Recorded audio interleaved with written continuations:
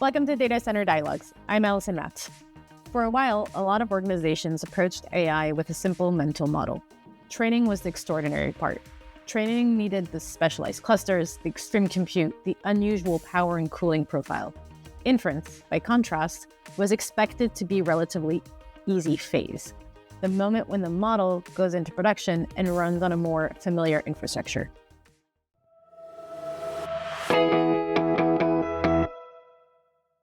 The executive report we're discussing today makes the case that this assumption no longer holds up across the full range of enterprise AI. Yes, some inference workloads still look manageable and familiar, but others, especially reasoning-heavy, multi-model, and agentic workloads, are creating very different infrastructure demands than many CIOs, IT leaders, and facility teams originally expected. So today, we're going to unpack what's changed, why it matters, and what organizations should do before they lock themselves into infrastructure decisions that become expensive to reverse. Wendy Torell is a senior research analyst in Schneider Electric's Data Center Research and Strategy Group and a co-author of the report Generative AI Inferencing Ramp-Up, a CIO's Guide to Physical Infrastructure Considerations. Wendy, welcome. Thanks, Allison. Happy to be here. Let's start with the report's central reframe. What was the industry assumption about inference, and where is that assumption now breaking down? So if you were to have asked me 3 years ago when we first started talking seriously about AI at scale, I would have said that training was the really disruptive phase for data center infrastructure. These are the workloads that demand the massive parallel processing with thousands of GPUs working in lockstep, all communicating continuously.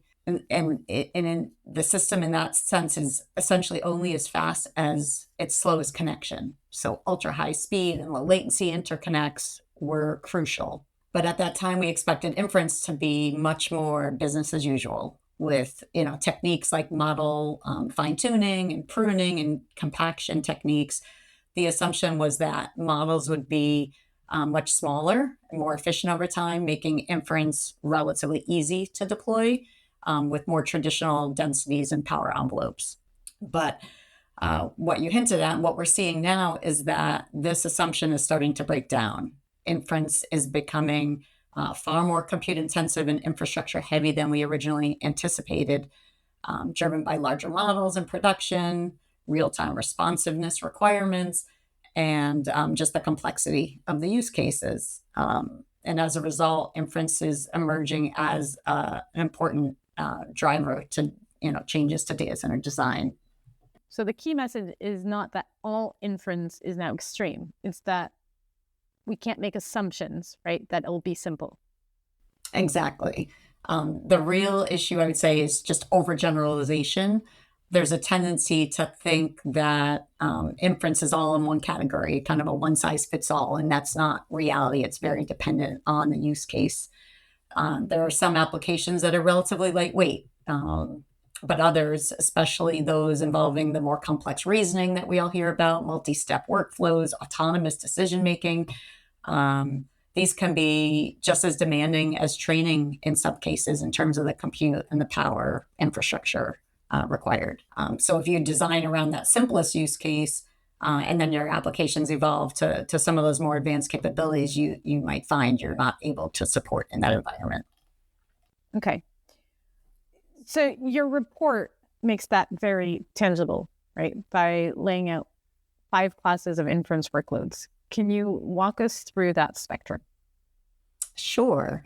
So we created this spectrum really to make that point clear. Because again, inference is not a single thing. It spans a wide range of workloads. At the low end, you might have very simple task execution and classification. These might be pretty narrow, very finely defined use cases with relatively modest compute requirements, right? Typically, they're going to be 5, 10, 20 kilowatts per rack, maybe even lower. And they can generally run on standard power distribution and standard air-cooled environments. As you move to the middle of the spectrum, you start to get into more of a mix of generation like code completion or multimodal content that combines text with images or video. and then more, contextual awareness, where applications are becoming more interactive and dynamic. And you can see a meaningful step up in density as you move across that spectrum, right? You start seeing densities maybe 20 to 50 kilowatts in a rack. And then if you go all the way to the most complex environments, at the high end, you get into the agentic and autonomous AI that you mentioned. These are systems that don't just respond, but they're reasoning through problems, right? They're taking actions, they're calling on different tools and iterating toward the end goal. And this is where the infrastructure demands really start to escalate. And you can easily see densities 40, 50, 60 kilowatts a rack, even more. It's where we're seeing the density start to approach what we've been seeing with training workloads, demanding high density power distribution and liquid cooling now. So, I would say the key takeaway is that the endpoints can look very different, right? And where you land in that spectrum is going to have major implications on how you design the infrastructure. That's a significant shift, right? Because many organizations still think of inference as low density side of AI.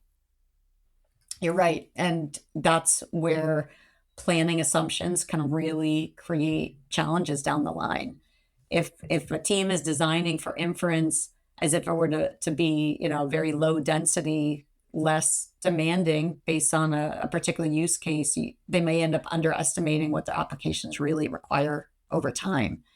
And those use cases, as they evolve towards more advanced reasoning and autonomous capabilities, they're often forced to retrofit environments that weren't built for those types of workloads. The power distribution, the cooling, the rack designs, et cetera. At that point, you're working within existing constraints, which is always harder and more expensive than planning for flexibility up front. So a big part of the message, I would say, is understand, where your use cases could go, not just where it's beginning. And if we look at agentic, right, because it seems to be evolving very rapidly, and it seems to be the biggest driver of the reframe. Why does agentic AI push infrastructure requirements so much higher? Because the workload pattern fundamentally changes. In a more traditional application, you receive a prompt, you generate a response, and you're done. With agentic systems, it becomes much more iterative. The model may break a problem down into steps, right? Multi-step reasoning, call external tools or APIs, evaluate at different intermediate steps, and revise its approach and keep going and iterating until it reaches its final objective. And that drives a very different infrastructure profile. More tokens are being processed, more compute cycles exist. You need increased memory activity and just a more sustained power draw during that inference activity. So when leaders hear inference, they shouldn't paint that picture of a single uniform workload. They really need to ask, what kind of inference are we actually talking about running? And how many tasks, how many concurrent users will we have? What are the latency expectations of the users of the model? These are all important considerations that will change the need. So this naturally brings us to the deployment location, because the report is very clear that it's not just cloud versus on-premise conversation. That's a great segue, and yes, where we are seeing real reasons why workloads should be on-premise, closer to the point of use. Three in particular. The first one being ultra low latency requirements for certain real-time inference applications. Think like surgical assistance or high frequency trading in the finance space or automated manufacturing. These are applications where even milliseconds can matter. So, there are use cases where, that round trip of the data going up to the cloud and back can introduce latency that's just unacceptable for these environments. The second reason is around data security and compliance. Industries like healthcare, like government or military, industries like finance, they often have very strict regulations around where their data can live. Keeping those workloads on premise means they have more direct control over not only who can access the data, but also just how it's protected. And sometimes it's not just about checking a compliance box. It's also about reputation, right? And maintaining that trust and confidence with customers and regulators that their data is being handled responsibly. And then the third reason really comes down to business and financial model preference. For some organizations, it's more about control and ownership. For companies with steady workloads, owning that infrastructure can often be more cost effective in the long run as well. And plus, it can safeguard valuable intellectual property and offer a competitive advantage in some cases, right? Especially if that model that they're running is running on proprietary data and it's part of their core business. So I guess the key point is that you don't need all three to point in the same direction, but if one of these factors is a constraint, you may want to shift those workloads to be on premise, again, closer to that point of use. But it's not every application that's going to be on premise by any means. Your report is equally clear that the cloud does remain a strong answer for many organizations, though. Yeah, exactly. Very much so. For experiments, for pilots, for proof of concept work, even early implementation, the cloud is often the most practical starting point. Reduces upfront risk, right? Cost risk. You don't need to invest heavy in capital before you've proven out that use case. You have access to the latest and greatest technology, right? These cloud providers have the latest and greatest frameworks and chips and hardware. And they make it easy to scale up and scale down also, while companies are still trying to figure out what use cases are going to prove out as business value to their companies. So yeah, it's not really which one wins, is it cloud or on premise? It's really dependent on where you are in the process and what the constraints or business needs are. So the workload by workload lens seems especially important because the report keeps connecting IT choices back to physical infrastructure. If a worker does need to run on-premise or in colocation, what should teams design for now? To me, the big focus for one should be on flexibility and where modular prefab designs can be implemented. It's a good thing. It's a great way to scale without rebuilding everything at once. It helps where space is limited or when retrofitting an active site would be very disruptive. The second point I would make regarding the physical infrastructure is just about planning for cooling change. Right? Not every inference workload is going to need liquid cooling today. That's important to say. It's certainly a mix. But as we shift on that spectrum that I spoke about earlier towards the upper end of complexity of workload, it's going to become increasingly the standard. You're going to see liquid cooling. So organizations should design for a path towards that. They may have air cooled or a mix of air cooled and liquid cooled, but be prepared for that liquid cooling environment. And then in terms of power distribution, it's really about making sure you have the right power being deployed for the racks that you're trying to support, right? If you're deploying high density racks, you need rack PDUs that can support those power demands. You may even hit a point where you need to shift towards OCP style power distribution with power shelves when you get to those more power hungry servers. And then the last thing I would say from a physical infrastructure standpoint is software, right? Having visibility and control.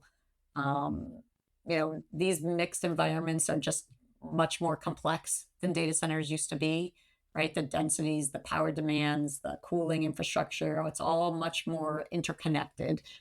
And it just makes it that much more important to have that real-time visibility to the power, to the thermal conditions, just to understand and mitigate any operational risk.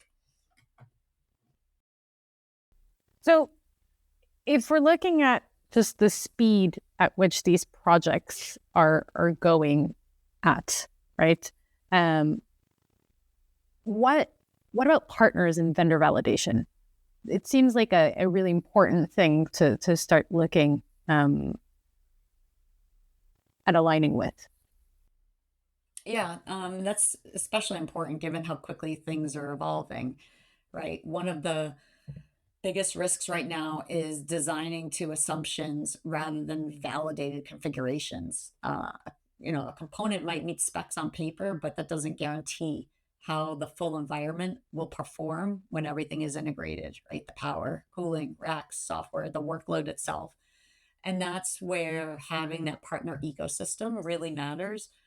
Organizations should be leveraging things like reference designs, working with vendors with experience and partners with experience, running proof of concepts, doing tests and validating how these systems are going to operate in practice, before they get deployed. It's really about reducing the uncertainty, proving out the concept, understanding the constraints, and leveraging the right expertise so that when you do scale, you're doing it, to optimize performance and business value. That's a really good point to which some people might not realize, right? There are implications to design and decide on IT without keeping facilities in mind, right? There are implications that facilities cannot be brought in after the IT design decisions have been made. And that's something that a lot of people might not know about, but partners and people who are really into this space may support. Yes, absolutely. And, you just brought up such a key point. Historically, physical infrastructure has been very much an afterthought, right? Like you design the data center around the IT need and you figured out the power and cooling after everything else was figured out. And today that really is just not practical to do. The planning around the facility has to happen in parallel with the IT planning. If a team decides on the model, the hardware first, and then later decides to pull in the power, the cooling infrastructure requirements, it can oftentimes lead to delays, extra retrofit costs, and just extra friction. So you really want to bring that in early to the discussion to avoid any project delays. So before we close, I want to end with the report's practical actions. What are the 4 steps you want leaders to take now? I would say first, make sure you assess each AI application's deployment strategy individually. Don't assume, again, that every workload belongs in the same place. Second, I would say make sure you translate those AI requirements into physical infrastructure requirements early.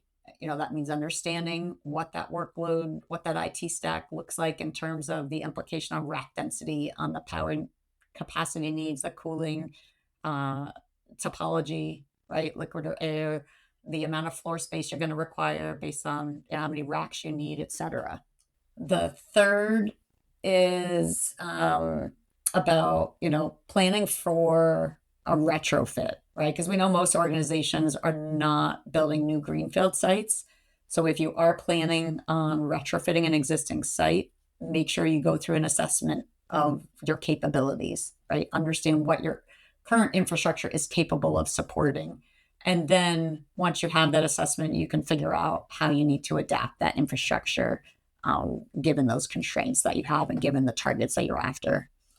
And then I would say the fourth is, again, because liquid cooling is coming, build some of that knowledge around liquid cooling. Even though you may not need it for some of your initial AI inference applications, as these applications grow in complexity and business value, it's more and more likely that liquid cooling is going to become part of the standard deployments. So just familiarizing yourself with that, the approach to liquid cooling. And if you had one final thought, right? One thing to leave listeners with, what would it be? One thing I would say, so, inference is where, AI is producing business value for companies, right? But whether that is deployed and scales smoothly depends on decisions that you're going to make regarding your infrastructure early on. So, it's important to plan with intent, understand the use case, understand the business objective, and ground yourself in what the requirements are that are needed to support that business application. And ultimately, I would say also build with flexibility, because AI capabilities are going to evolve over time. So having flexibility is going to ensure you're not only able to support use cases today, but also going forward. Well, Wendy, thank you for joining us today. It's been super insightful. Yeah, of course. Happy to be here again. If you'd like to go deeper, we've linked the executive report in the show notes.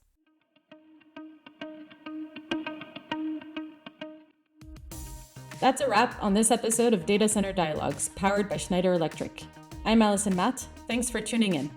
If this was valuable, subscribe, rate the show, and share it with someone on your team.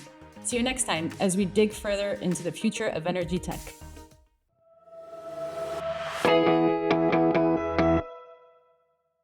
The content of this podcast is for informational purposes only, should not be undertaken as financial, economic, legal, business, tax, or investment advice. The information, statements, views, and opinions should not be construed as the provision of advice by Schneider Electric or as an offer to buy or sell any products or services or to make or consider any investment or course of action.